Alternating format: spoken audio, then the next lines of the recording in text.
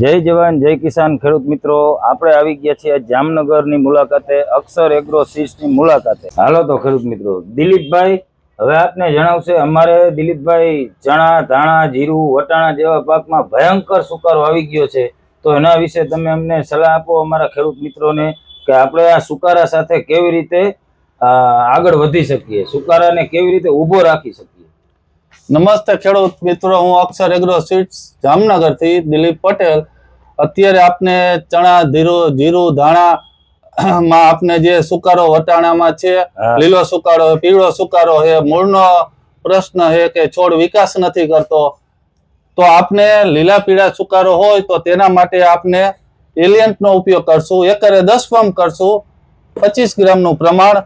અને ફૂગ અમૃત છે તે એક પંપમાં 25 ml નો ઉપયોગ આપણે કરીશું. અને જો છોડનો વિકાસ ન થતો હોય, વિકાસ રૂંધાઈ ગયો, તો તેના માટે છે પુષ્કળ ગોલ 30 ml એક પંપમાં નાખવાનું છે. અને બ્લેક અમૃત છે જે 50 ml નાખવાનું એક પંપે.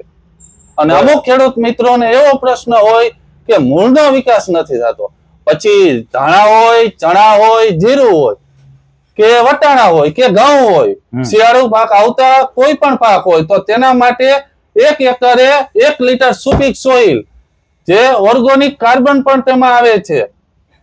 અને બીજા નંબર ઉપર છે માઇકો અમૃત, જે એકરે 3.5 કિલોનો ઉપયોગ કરવાનો છે, જે મૂળના વિકાસ માટે અને છોડનો પણ વિકાસ કરશે. તો આ આપણે બધા ખાતર સાથે ભેળવી શકીએ દિલીપભાઈ?